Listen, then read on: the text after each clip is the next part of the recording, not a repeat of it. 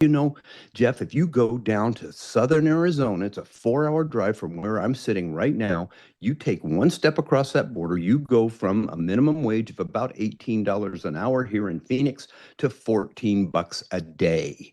How do you raise a family? Their cost of goods are 80% of what I pay here in Scottsdale, Arizona. How do you raise a family on 14 bucks a day? You can't. And I'll tell you what, if you and I were down there, we'd probably be side by side climbing that damn wall. We certainly would be, and I don't think we would leave willingly. But I do think if the opportunity was presented to both of us that we fess up, that we crossed the wall illegally for good reason, Yes. and that we follow the rules that we've been following for all these, as long as we've been here, me and you would be productive adults and law-abiding citizens, and we just continue that and pay that fine. We would be glad to do it and continue on Abs. with. You know what it costs these guys to get across the border today?